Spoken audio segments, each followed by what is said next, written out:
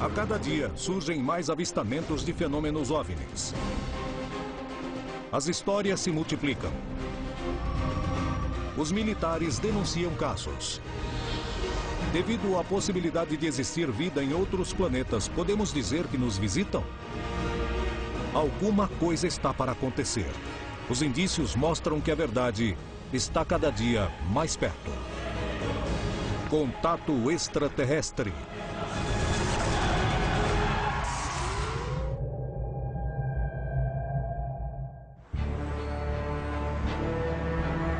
A polêmica ao redor do fenômeno OVNI chama a atenção de céticos e simpatizantes.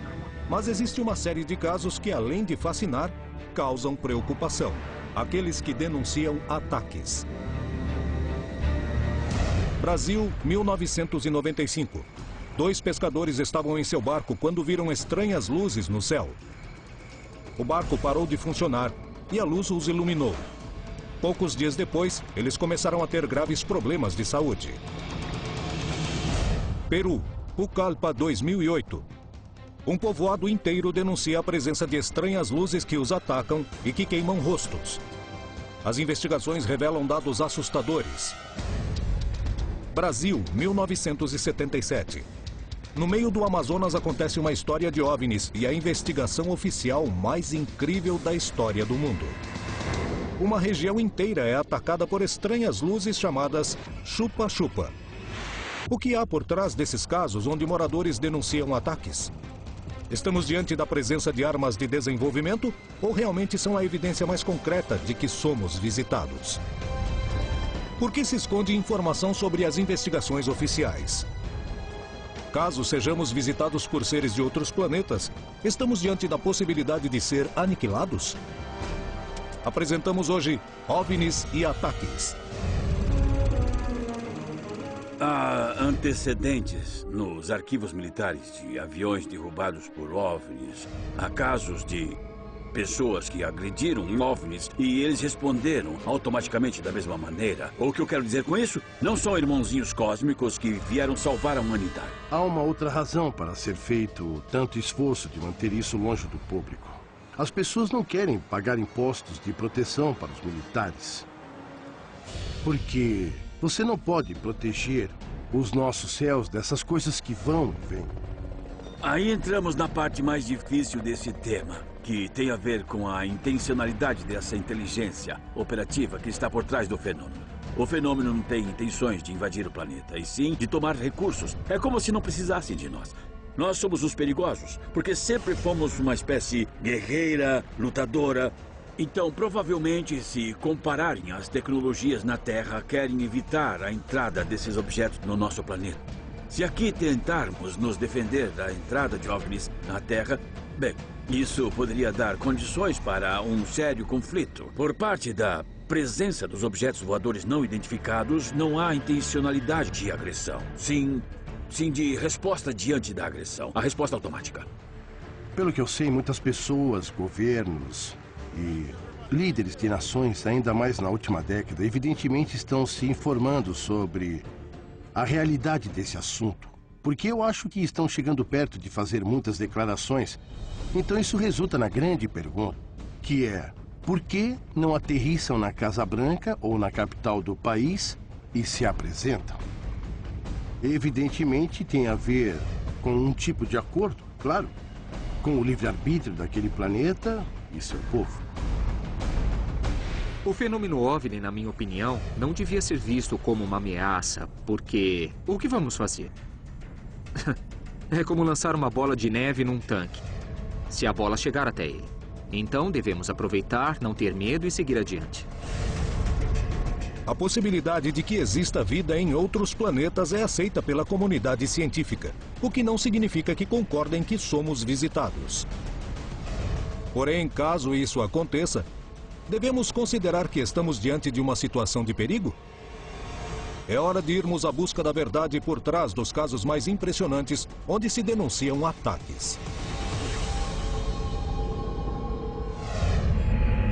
Em 1º de outubro de 1995, aconteceu em São Vicente, estado de São Paulo, Brasil, Um dos casos mais assustadores e impressionantes de interação de homens com uma estranha luz que baixou dos céus. Provas físicas, além de relatos, comprovariam que naquela noite aconteceu algo realmente estranho. Mas o que foi que aconteceu? O caso de São Vicente é um caso muito importante do litoral paulista, pois envolve um caso de segundo grau e envolveu dois pescadores, o Wilson de Oliveira e o Fernando Bezerra. Como todas as noites, os dois homens saíram navegando sozinhos para pescar. Nós fomos mais ou menos às 9 horas da noite para pescar. E chamamos ele, fomos pescar e soltamos a rede e ficamos à espera. Uma noite tranquila de pesca estava a ponto de se transformar em um pesadelo que eles jamais imaginaram. Enquanto jogavam suas redes em um braço isolado do rio, observaram uma luz no céu que começou a se aproximar. Às 11 horas, aconteceu que um objeto veio do céu, não dava para ver ele vindo, porque é muito rápido, parou em cima da gente, acendeu as luzes. Aí ele veio uma luz forte. Aí eu vi aquilo lá, eu corri por debaixo do barco, o Fernando ficou olhando. Não sabia o que era no momento, porque a luz era muito forte e a gente não sabia o que era. Porque era um objeto que não fazia barulho, não tinha fumaça e a luz era muito forte. E o que seria? Não era daqui. Só vi quando tava posando, chegou a posar.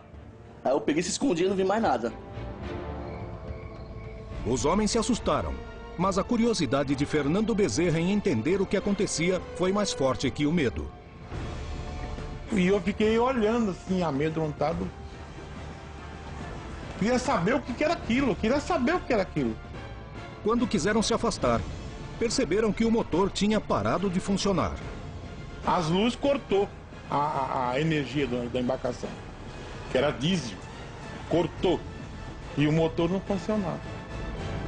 Eles estavam sozinhos no meio do rio, totalmente indefesos diante do fenômeno que se aproximava. O que era essa luz? O que aconteceu com os pescadores? Existem provas concretas desse estranho fenômeno? No dia seguinte, os pescadores encontrariam provas incríveis sobre a experiência que acabavam de viver. A possibilidade de que exista vida em outros planetas faz com que muitos se perguntem o que aconteceria se fôssemos visitados. O que aconteceria se nossa espécie se encontrasse com outra? Seríamos aniquilados?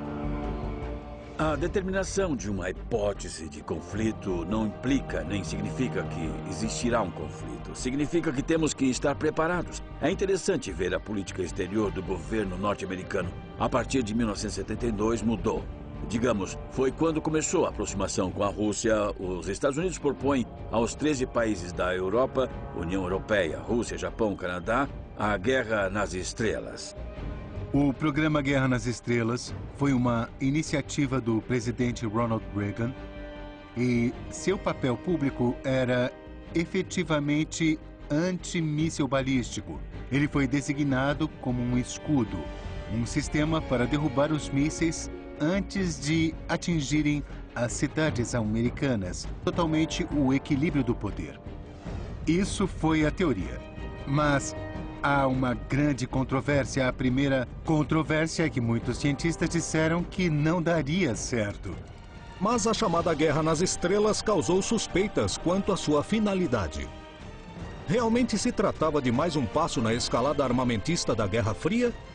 Ou foi planejada para proteger a Terra do potencial encontro com uma civilização de outro planeta? Essa conspiração sugere que o programa Guerra nas Estrelas não tem nada a ver com os soviéticos, que foi uma cobertura para desenvolver um sistema de armas que nos ajudaria a lutar contra uma invasão alienígena. Seja como uma possibilidade especulativa ou para pessoas que acreditassem em OVNIs e que éramos visitados e que talvez não fossem tão amigáveis como nos filmes como ET e que teríamos que resistir se eles lutassem contra nós e se quisessem nos pesquisar também. E eu acho isso uma loucura.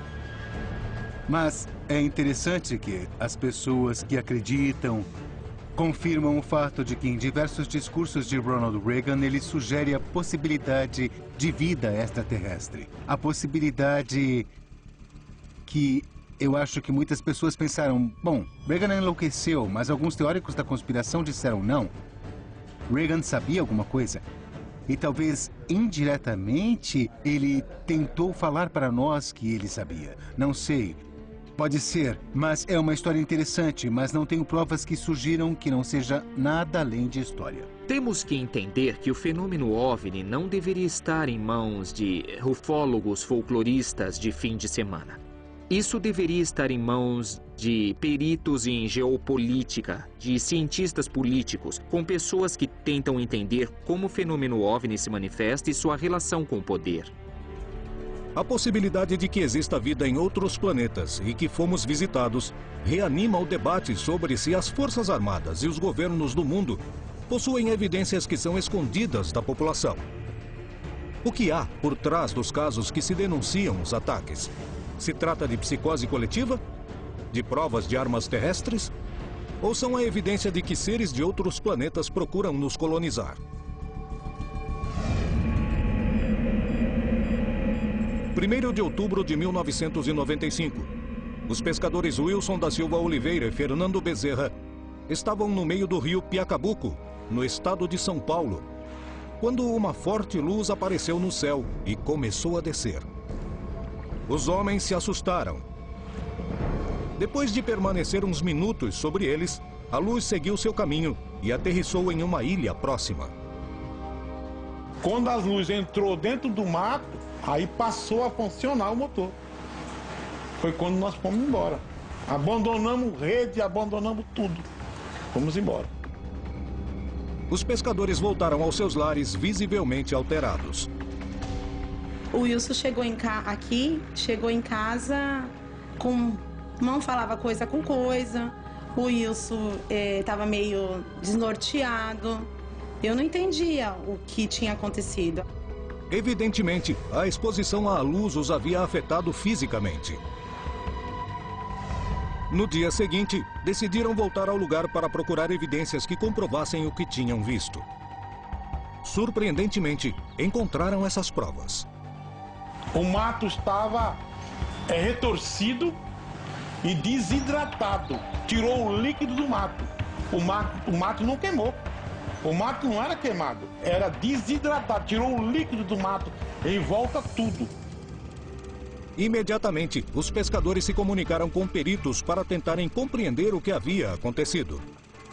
Edson Boaventura foi rapidamente ao lugar indicado. Havia uma marca de 5,5 metros de diâmetro e próximo a essa marca havia umas marcas de sapatas, que eram marcas retangulares de 15 por 20 centímetros de tamanho, de espessura, e com alguma profundidade também por causa do peso que esse objeto colocou. O investigador pegou as provas para tentar explicar o que tinha acontecido. O que foi que aconteceu? De que eram essas marcas que ninguém pôde identificar? O caso não terminou ali. Os dois pescadores começaram a sentir em seus corpos os efeitos daquele encontro. E eles falaram. O Wilson ficou com muita dor de barriga, muita dor de cabeça, mas nesse período ele não foi ao médico. Eles tiveram dores de cabeça, tiveram náuseas, vômito, eles sofreram algumas interferências por terem ficado expostos ao campo eletromagnético do OVNI. Meu pai sempre foi uma pessoa muito ativa, uma pessoa que sempre pescou, nunca reclamou de nada. E logo depois, quando meu pai começou a ficar doente, a gente mesmo se perguntava, será que foi por causa, que eles viram a nave? Porque meu pai nunca teve nada, nenhuma gripe. E logo depois começou a emagrecer de uma hora para outra. A minha saúde, ela melhorava, piorava, melhorava, piorava. Eu pesava 100 quilos. Em 2 meses eu perdi 50 quilos. O médico desenganou, entendeu? Me operaram, botaram uma válvula de metal, uma válvula. Daqui a mais de 10 anos vão abrir para trocar essa válvula. Não sei que foi, não sei por que foi caso dessa radiação que deu, né? Eu nunca senti nada. Tava tudo bem de saúde. Por que aquilo aconteceu? Aí eu fiquei pensando, foi das luzes que eu vi. A partir desse dia, Wilson também decidiu deixar de pescar pelas noites e mudou de profissão. O que foi que aconteceu? De que eram essas marcas encontradas na ilha? Por que começaram a ter problemas de saúde? O que pode ter sido este estranho fenômeno? Os avistamentos podem ser perigosos? Em abril de 2008, a selva nordeste do Peru foi revolucionada por um estranho fenômeno. Uma luz estava atacando os moradores. Em Pucallpa, em San Juan de Inacocha, que é um lugarejo, viram algumas luzes no céu e também desapareceram pessoas. Alguns cidadãos denunciaram oficialmente, ou seja, documentaram a Força Aérea, a presença de uma nave em sua comunidade. A OIFA recebeu a denúncia e enviou uma equipe para tentar determinar o que acontecia na região. Eles foram à Força Aérea pedir ajuda e a Força Aérea enviou uma patrulha sob a responsabilidade de um especialista. E realmente viram uma nave. E ele me ligou. Eu atendi e eu vi o escândalo que estava acontecendo. E eu vi os tiros, estavam atirando. Mas o que mais o especialista podia fazer lá? Eu disse para que tentasse filmar, mas não tinha como. Essas coisas estavam acontecendo. As pessoas viviam uma histeria coletiva. Foi isso que nos informaram. Um grupo de estudantes de jornalismo decidiu viajar desde Lima para tentar determinar o que tinha acontecido naquele lugar. Uma universidade em Lima pediu que alguns alunos fossem até lá. Eles fizeram um relatório e chegaram a filmar. Poderia se tratar de um ataque OVNI? O que encontraram? Conseguiram adquirir evidências para explicar o que aconteceu em Pucallpa? Eu vejo duas luzes. O binóculo não está com você? Saiam daí, saiam! Em abril de 2008, no norte do Peru, em Pucallpa, a população começou a se alterar depois de uma denúncia do ataque de um OVNI. Segundo os moradores, a suposta nave voltava todas as tardes. Um grupo de estudantes de jornalismo decidiu viajar à região para tentar determinar o que estava acontecendo. Antes de viajar, os estudantes receberam uma proposta da OIFA. Esse caso tem que ser investigado pela Força Aérea, mas vocês poderiam fazer as bases e trazer toda essa informação. E nós trabalharemos daqui para saber quais equipamentos levaremos, com quem temos que falar, quem temos que levar, quantas pessoas têm que ir e tudo mais. Quando chegamos ao lugarejo, as pessoas estavam assustadas. Aliás, disseram que a partir das 5 da tarde, ninguém mais saía. Não saíam para caçar e nem para fazer nada. Como se tivessem um toque de recolher. As estudantes encontraram um ambiente que começou a preocupá-las assim que chegaram. Quando chegamos, de repente nos contagiamos de uma histeria coletiva, como todos que estavam lá. As estudantes realmente não estavam preparadas para encontrarem o que estava a ponto de acontecer. Durante a noite, no meio da selva, elas conseguiram ver luzes nos céus e apontaram suas câmeras para essa direção. Não, que venham aqui, a gente espera. Onde? Nunca soubemos identificar de verdade o que aconteceu. Na verdade, é difícil saber porque o céu é gigante na selva. E qualquer luzinha é muito grande. Então nos impressionou muito. Está ali. Jesus, o que tá vendo? Eu vejo duas luzes. Não tá com binóculo? Saiam daí. São duas luzes.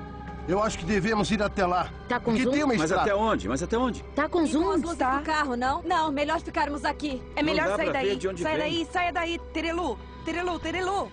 Terelu. As estudantes conseguiram registrar imagens do fenômeno que viram no céu. O que realmente aconteceu em Pucallpa? Por que atacou a população? Poderia se tratar de uma grande confusão? O que foi que essas jovens gravaram? Ficamos observando e, de repente, a luz desapareceu. Mas elas não se conformaram com o que viram. O fenômeno tinha atuado de uma forma totalmente diferente às descrições que elas tinham. Não perseguiu ninguém, não se aproximou tanto como tinham dito. E nos disseram que isso foi estranho, porque normalmente não era assim, não era tão passiva, que normalmente se aproximava. Todo mundo estava super assustado, mas era como um terror que não saía desse povoado. Porque lá fora ninguém sabia disso. Ninguém. O fato de estar acontecendo coisas seguidas e que tenham feito uma denúncia, um processo de investigação, a conclusão é que sim, aconteceu, foi investigado. Principalmente, acredito que é a primeira denúncia escrita que tem um documento, que é a denúncia apresentada pelos cidadãos e a importância que a Força Aérea dá ao papel. Algo aconteceu em Pucallpa. As conclusões da OIFA são claras, porém não há como definir o que foi que aconteceu, nem o que realmente atacou a população, e nem por quê. Em 1977, os estados do Maranhão e Pará, localizados na Amazônia brasileira, a área de um pequeno povoado de pescadores chamado Colares, transformaria o Brasil no dono de uma das histórias de OVNIs mais impressionantes do mundo. A importante quantidade de testemunhas, as evidências físicas, as imagens gravadas, a enorme participação militar na região, a documentação de estranhos sintomas na população e o segredo militar guardado durante mais de 20 anos tornaram a Operação Prato em um enigma que, segundo os ufólogos e o militar responsável pela investigação, demonstrou definitivamente a presença de seres de outros planetas na Terra. Houve um fato que não se repetiu em lugar algum do mundo, que era uma manifestação de discos voadores, de naves extraterrestres de vários tamanhos. As pessoas viam esse fenômeno, as luzes vinham à noite, raramente de dia, e elas passaram de uma hora para outra a serem mais ativas. Elas começaram a vir mais intensamente e começaram os ataques. No início eram 2, 3 pessoas por semana, depois já eram 15, 20, daí já eram dezenas. Começou a haver, na verdade, pânico. As pessoas passaram a relatar, por exemplo, que esses objetos, ao se aproximarem das pessoas, principalmente à noite, projetavam uma espécie de um feixe de luz que atingia de maneira preferencial as mulheres sobre o seio esquerdo. E as mulheres, muitas vezes, faleciam e ficava uma marca cheia de pequenos furos. O fenômeno chupa-chupa recebeu esse nome porque as luzes pareciam atacar e sugar o sangue das vítimas. A população da ilha Colares foi a que sofreu mais ataques de chupa-chupa. Uma grande quantidade de testemunhas se tornou vítima. E eu fiquei, olha, lá na cama deitada. Não tinha vontade, sabe? Aí, quando passou umas 10 horas, eu pude me levantar, mas que eu vinha fraca de dentro do quarto, né? Aquilo estava tudo vermelho aqui. Fiquei quase 2 meses e aquilo ficou tudo roxo no meu braço aqui. Quando sentou, ficou essas 2 marcas aqui, olha. Até agora tem essas 2 marcas no meu braço. Quando eu senti aquele negócio, assim, parece quando a gente esbarra numa eletricidade, que dá aquele choque, me deram 3 sugadas desse lado aqui. Assim, sabe?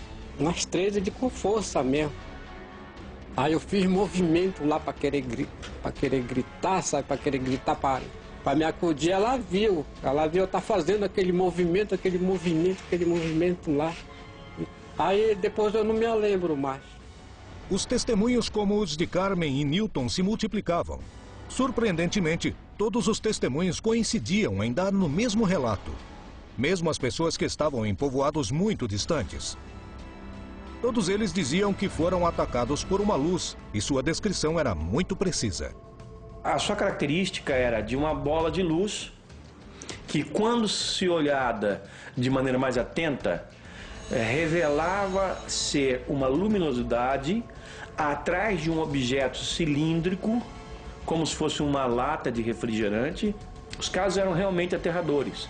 Milhares de pessoas eram atacadas, pelo menos 1000 pessoas atacadas tiveram essa situação documentada pela médica que atendeu as vítimas, que era a doutora Velaide. Os testemunhos de ataques aconteciam cada vez mais. E a doutora da região, Cecim Carvalho Velaide, recebeu muitos dos pacientes e acabou sendo uma peça-chave para compreender o que estava acontecendo. Ela chegou para trabalhar numa manhã sem saber que sua vida estava a ponto de mudar para sempre. Ao chegar no hospital, que eu era a médica e a diretora ao mesmo tempo, tinha uma família chorando e dizendo que tinha um paciente que tinha sido atacada por uma coisa. E eu fui examinar. Quando eu cheguei lá, ela estava queimada, totalmente queimada, 2 orifícios paralelos, desacordada, sem astênica, né? Sem força muscular, não ficava em pé, não falava. E a família repetia a mesma história. Achei que era talvez um ataque histérico, não dei muita importância. No dia seguinte chegaram 2 casos idênticos, de localidades muito distantes, tipo 10 quilômetros de distância. Eles sempre descreviam as mesmas coisas. Deitado em redes, do lado de fora da casa, arborizada, escutava o barulho, zzz, parece um besouro, olhavam, viam objetos bem baixos, luminosos, que soltavam feixes em linha reta. Não eram feixes que se dobravam, eram em linha reta, paralisante, que queimava, sufocava, não deixava falar, não podia pedir socorro porque estava paralisado, queimando, doendo. E depois de alguns minutos, 5, 10 minutos, quando a pessoa pensava que já ia morrer, o feixe recolhia e o objeto subia da copa das árvores e ia embora. Como pessoas poderiam descrever a mesma coisa, ter os mesmos sinais e os mesmos sintomas em lugares diferentes? Comecei a pesquisar e a suspeitar. Com os primeiros casos, a rotina do povoado de pescadores começava a mudar. Mas ninguém imaginava até onde esse fenômeno podia mudar suas vidas. Até a metade de 1977, a região de Colares, no estado do Pará, na Amazônia brasileira, foi o epicentro da história OVNI mais importante do planeta. Milhares de testemunhas localizadas em regiões a vários quilômetros de distância, que não se conheciam nem tinham acesso aos meios de comunicação, denunciavam a presença de uma série de luzes que apareciam nas noites e os atacavam, deixando lesões graves na pele. A doutora Cecim Carvalho Velaide era a médica responsável pelo único hospital da região e se tornaria uma das peças-chaves para compreender o que se escondia por trás desses inquietantes incidentes. Os ataques eram cada vez mais frequentes e os moradores começaram a se assustar. A população de Colares naquela época era em torno de 8.000 habitantes. Da ilha como um todo, porque tem várias localidades, mas dentro da cidade tinham em torno de 4.000 habitantes. Desses 4.000 habitantes, 2.000 fugiram da cidade, apavorados com as luzes. A cidade esvaziou, o povo foi todo embora, ninguém queria mais pescar. Aí nós começamos a passar fome, aí eu comecei a pescar minha comida.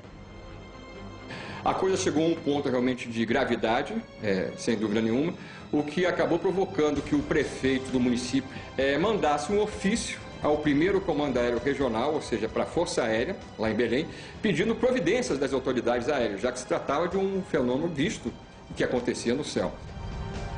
Essa solicitação foi o pontapé inicial para a maior participação militar conhecida publicamente sobre o fenômeno OVNI. E as providências foram transformadas justamente a partir da vontade do brigadeiro Protásio Lopes Oliveira, que acabou criando a chamada Operação Prato. E ele teve a ideia de se estabelecer a pesquisa deste fenômeno. E assim ele chamou o seu comandado, o Irangê Holanda, que era capitão da Intendência da Aeronáutica, lotado no primeiro comando aéreo regional em Belém do Pará, para conduzir essa operação. Os soldados, sob o comando do capitão Holanda, chegaram à ilha para tentar determinar o que estava acontecendo. Aí eles botaram radar, telescópios, e todo aquele equipamento em tudo quanto era lugar. Foi passando os meses. agosto, setembro, outubro, e aumentando e chegando mais militar e mais militar. Os militares fizeram um esboço dos objetos que conseguiram ver e que a população descrevia, revelando que algo realmente incomum estava acontecendo. Em uma entrevista dada 20 anos depois que a Operação Prato terminou, Holanda fez revelações assustadoras sobre as luzes que tinha visto. Depois a gente chegou a verificar que tem pelo menos 9 formas a gente conseguiu determinar, classificar como formas de naves. Alguns eram sondas, alguma fotografia parecia uma nave maior e dela saindo naves menores, depois essas naves menores voltando para essa nave maior. Tudo isso como se fosse uma nave mãe recebendo ou naves ou sondas menores. Poucos dias depois de dar essa entrevista a José Ademar Gevaer e Marco Antônio Petit, o comandante Holanda se suicidou, aumentando as dúvidas sobre o que realmente aconteceu na Ilha Colares. Quando eu cheguei, os agentes já tinham sido enviados para investigar. Por quê? Porque essa coisa estava acontecendo muito na região de Colares. O fenômeno, além de atacar os moradores, começou a aparecer de outras formas, que pareciam mais pacíficas. Tentou fazer contato com os investigadores e testemunhas, supunham. A doutora Velaide seria uma das protagonistas desses estranhos acontecimentos, inclusive para a rotina de Colares. Ela estava voltando depois de atender um paciente, quando gritos a alertaram. Quando eu voltei, começaram a gritar, corre, doutora, foge. E eu não sabia do que eu tinha que fugir. Quando eu olhei, uma das minhas secretárias tinha caído no chão. Aí eu queria juntar, mas ela era muito gorda, queria juntar, não conseguia. E o povo gritava das janelas. Quando eu olhei, nossa, a coisa mais linda que eu já vi na minha vida. Tão visível a olho nu que até o brilho do metal dava para ver. Ele estava acima da minha cabeça, do tamanho de um prédio de no máximo 15 andares. E ele andava em forma elíptica, ia e voltava, ia. E ele era, parece um cilindro. E eu paralisada, olhando, por 2 motivos. Porque eu estava vendo uma coisa que eu nunca acreditei que existisse na vida. Nunca. E outra, paralisada de medo. Porque eu estava à mercê deles. Se eles quisessem me queimar, eles iam queimar. Mas, surpreendentemente, a luz não atacou a doutora. Nos acampamentos militares, também aconteceram avistamentos onde não registraram ataques. Um deles foi captado em vídeo e ainda permanece classificado. Holanda confirmou essa história. Do meu lado esquerdo vinha uma luz muito forte, a mesma luz amarela muito forte. Eu vi aquela coisa se aproximando e fiquei quieto. Depois que eu vi que era muito forte e que estava continuando vindo na direção, eu chamei a atenção dos agentes. Olha lá, aqui é direito. Os caras olharam, prepararam máquina fotográfica, filmadora, tudo. A coisa veio, mas estava baixo. Holanda e sua companhia estavam diante do fenômeno mais incrível que jamais tinham visto. Aí nós vimos uma forma estranha. Uma forma de uma bola de futebol americana. Aquela bola de ponta, muito grande.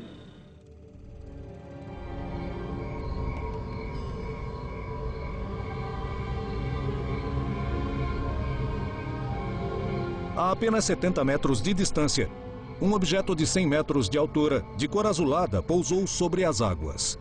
Mas algo ainda mais surpreendente iria acontecer. De repente essa luz azul apagou. Rápido. E apareceu o que estava atrás dessa luz, o que estava emitindo essa luz. Aquela nave descomunal na frente deles. E eles olharam aqueles estupefactos. na descrição que me foi dada pela Yolanda. Era essa bola de futebol americana que estava em pé na nossa frente. Uma bola de futebol de 100 metros de altura. Estava parada na nossa frente. Ficou mais algum tempo, ninguém sabia o que ia daí para frente, o que ia acontecer.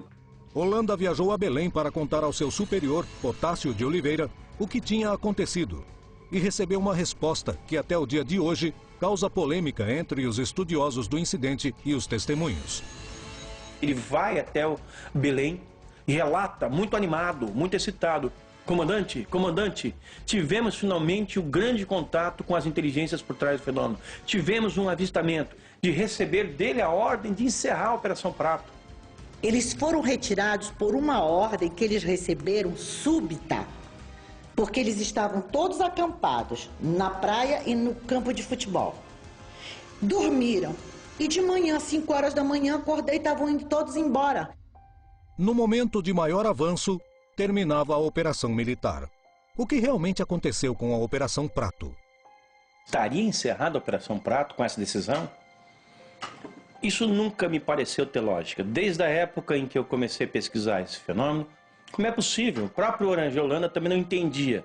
Se um dos objetivos da Operação Prato era travar contato com as inteligências por trás do fenômeno, como é possível que quando isso tenha ocorrido, a Operação Prato seja desativada? O que realmente aconteceu? Por que deixaram de investigar, pelo menos oficialmente?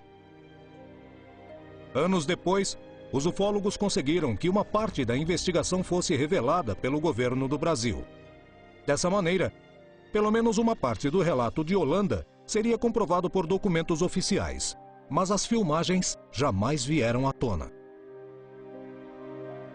A Operação Prato é a prova mais contundente da interação com seres de outros planetas ou foi um cenário para esconder provas de armas militares?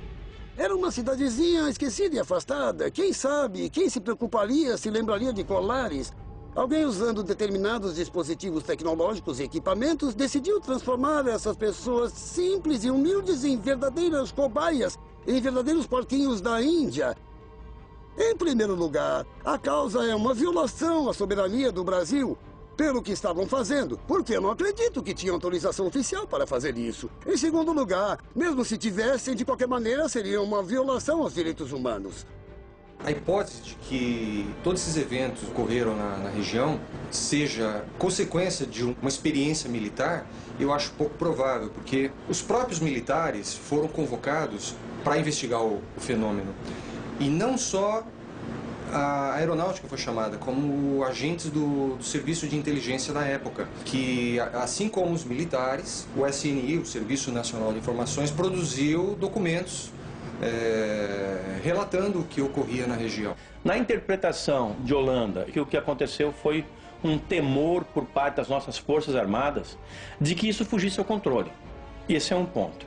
O segundo ponto é, a Operação Prato estava sendo monitorada pelos serviços de inteligência e pela Força Americana durante todo o tempo, que sabiam e recebiam os relatos das autoridades brasileiras a respeito desse assunto. Não nos esqueçamos que estávamos na época da ditadura e os americanos entravam e saíam daqui a hora que eles queriam. Então eles também, confirmada por algumas fontes militares, fizeram pressão para que a Operação Prato fosse encerrada. Para quê? Para que um novo grupo de pessoas assumisse essa operação num outro nível, bem mais secreta, bem mais metódica, com menor número de homens e reportando ao Serviço de Inteligência dos Estados Unidos. A chamada Operação Prato e os Chupa-Chupa são um dos casos mais importantes da história da região e do planeta que envolveram a presença de OVNIs. As provas de que algo aconteceu ali não podem ser negadas. Porém, ainda continua a polêmica sobre o que houve por trás dessa série de incidentes. Ademar Gevaer, jornalista e editor da revista UFO, decidiu voltar à ilha de Colares para ver a atual situação da região. O que descobriria ao chegar?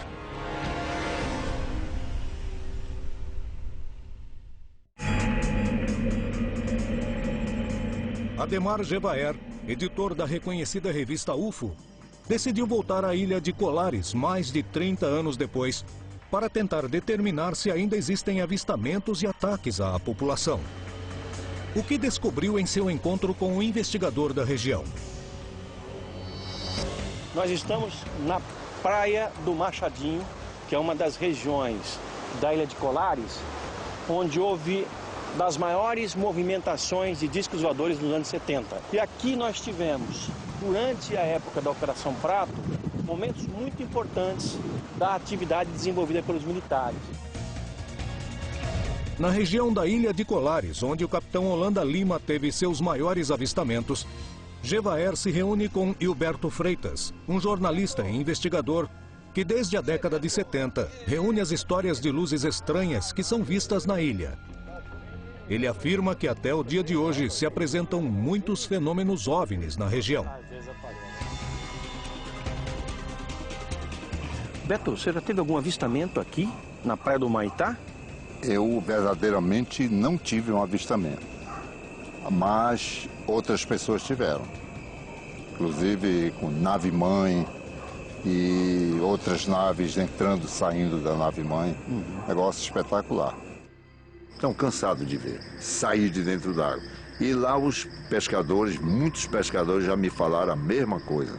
Eu acho que Colares é um dos maiores laboratórios do mundo, laboratório natural, para esse tipo de estudo e de outros tipos também. De outras coisas que continuam ainda na lista dos mistérios, né? Em Colares, não aconteceram novos ataques a seres humanos. Porém, os avistamentos continuam acontecendo até o dia de hoje.